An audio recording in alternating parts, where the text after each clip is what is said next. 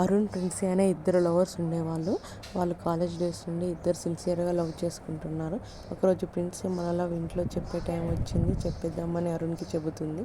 అరుణ్ కూడా సరే అనేసి ఇద్దరు ఎవరింట్లో వాళ్ళు చెప్పుకుంటారు. బట్ ఇద్దరి ఫ్యామిలీలో ఇద్దరు యాక్సెప్ట్ చేయరు. ఎలాగైనా ఒప్పియాలని 1 year నుండి వెయిట్ చేస్తారు. అయినా వాళ్ళు ఒప్పుకోరు. సో ఫైనల్గా ఎక్కడికైనా వెళ్ళిపోదాం అనుకుంటారు. ఆ విషయం కూడా ఇంట్లో చెబుతారు.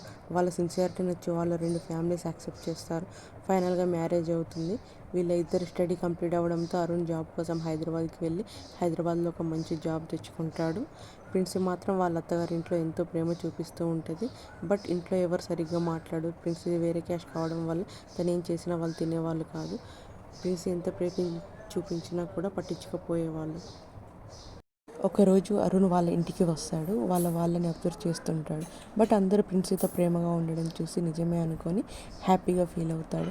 ప్రిన్సీ కూడా నిజమే అనుకొని తాను కూడా హ్యాపీగా ఉంటుంది. అరుణ్ ఇక మళ్ళీ హైదరాబాద్ వెళ్ళిపోతాడు. వాళ్ళు అరుణ్ వెళ్ళాక మళ్ళీ ప్రిన్సీని దూరం పెడతారు. అప్పుడు ప్రిన్సీ ఎంతో బాధపడి వాళ్ళు అరుణ్ ముందు యాక్టింగ్ చేశారు అని అర్థం చేసుకొని అటు అరుణ్కి చెప్పలేక తాను వాళ్ళని అడగలేక ఊరికే ఏడుస్తూ ఉంటుంది. ఒకరోజు అరుణ్ మళ్ళీ హైదరాబాద్ నుండి వాళ్ళ ఇంటికి వస్తాడు. 2 days అయినా ప్రిన్సీ ఫోన్ లిఫ్ట్ చేయకపోవడం వల్ల డైరెక్ట్గా ఇంటికి వస్తాడు.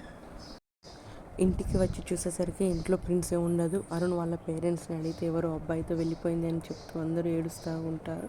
ఆ మాటలు విన్న అరుణ్ తన గుండెలపై గట్టిగా కొట్టుకుంటూ ఏడుస్తారు. వాళ్ళ ఫ్యామిలీ వాళ్ళు అందుకే వేరే క్యాస్ట్ వాళ్ళని వద్దంటే వినలేవు, ఇప్పుడు చూసావా ఏమైందో అంటూ అందరూ ఏడుస్తారు. అరుణ్ చాలా బాధపడుతూ మోసపోయాను అంటూ ఏడుస్తాడు.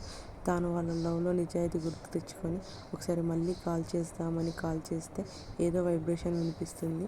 ఏంటి అని చూసేసరికి ప్రిన్సీ ఫోన్ బెడ్ కింద ఉంటుంది. అలాగే కొంచెం బ్లడ్ కూడా ఉంటుంది. అరుణ్ కంగారు పడుతూ ఏమైంది అసలు అని ఫోన్ చూడగానే దాంట్లో ఒక వీడియో రికార్డ్ అయి ఉంటుంది.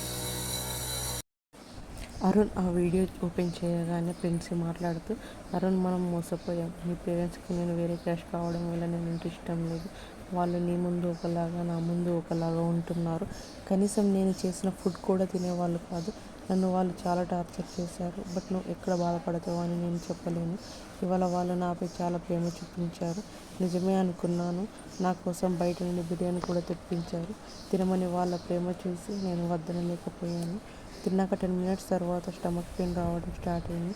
అప్పుడు వాళ్ళు అన్నారు, నీకు నా కొడుకు కావాలన్నావే, నీ కులం ఏంటి, నీ మతం ఏంటి, తర్వాత నా కొడుకుకు పుట్టిన పిల్లల పరిస్థితి ఏంటి, వాళ్ళు రేపటి రోజున ఎలా బతకాలి, అందుకే నువ్వు తిన్న బిర్యానీలో పాయిజన్ కలిపాము, చావే చావు, నిన్ను ఏదో ఒక రోజు చంపొచ్చు అనే ఉద్దేశంతోనే పెళ్ళికి ఒప్పుకున్నాము అంటూ, నువ్వు ప్రెగ్నెన్సీ టెస్ట్ చేసుకున్న సంగతి, నీకు కన్ఫర్మ్ అయిన సంగతి మాకు తెలియదు అనుకున్నావా, ఇలా ఏదో అవుతుంది అని నీ రూమ్లో సీసీ కెమెరా పెట్టాము అంటూ వాళ్ళు నవ్వడం స్టార్ట్ చేసి వెళ్ళిపోయారు. నాకు మీరు గుర్తొచ్చి ఫోన్ చేశాను, కానీ మీరు లిఫ్ట్ చేయకపోవడం వల్ల ఇలా వీడియో తీసి పెడుతున్నాను. ఒక విషయం ఫస్ట్ మీకే చెబుదాం అనుకున్నాను, నేను ప్రెగ్నెంట్ని, మీరు ఫాదర్ కాబోతున్నారు. ఈ విషయం ఎంతో హ్యాపీగా చెబుదాం అనుకున్నాను, కానీ ఇలా చావబోతు చెప్పాల్సి వస్తుంది అనుకోలేదండి. I miss you so much అండి, ఐ లవ్ యూ అని చెప్పి బ్లడ్ కక్కుకొని చచ్చిపోయింది. వీడియో చూసిన అరుణ్, అయ్యో నా భార్య నా పాప అంటూ గుండెలు పగిలేలా ఏడ్చి, నా భార్య నా పాప లేని జీవితం నాకెందుకు అని గుండెలపై గట్టిగా కొట్టుకొని అరుణ్ కూడా చనిపోతాడు. గంట అయినా అరుణ్ బయటికి రాకపోవడం వల్ల వాళ్ళు పెట్టిన సీసీ కెమెరా నుండి వాళ్ళ బెడ్రూమ్లోకి చూస్తూ అక్కడ అరుణ్ పడిపోవడం చూసి అందరు తొందరగా అక్కడికి వెళ్ళి చూశారు. అప్పటికే అరుణ్ చనిపోయి ఉంటాడు. అసలు ఎంత లేపినా అరుణ్ లేవకపోవడం చూసి వాళ్ళ ఫ్యామిలీ వాళ్ళు కెమెరా రికార్డ్ చూసి అంత అర్థం చేసుకొని, నువ్వు ఇలా చేసావు అనుకోలేదు, కులం మతం అనుకుంటూ నిన్ను నీ భార్యను కడుపులో ఉన్న బిడ్డని చెప్పుకుంటాము అనుకోలేదు, అందుకే ఆ దేవుడు మాకు కూడా కడుపుకోత మిగిల్చాడు అంటూ అందరూ ఏడుస్తారు. 2 రోజులైనా వాళ్ళ కూతురు ఫోన్ లిఫ్ట్ చేయకపోవడం వల్ల ప్రిన్సీ వాళ్ళ పేరెంట్స్ కంగారు పడుతూ వచ్చారు. వచ్చి చూసేసరికి అందరూ ఏడుస్తున్నారు. ఏమైంది అని కంగారు పడుతూ చూడగానే అరుణ్ చనిపోవడం చూసి వాళ్ళు కూడా ఏడవడం స్టార్ట్ చేస్తారు.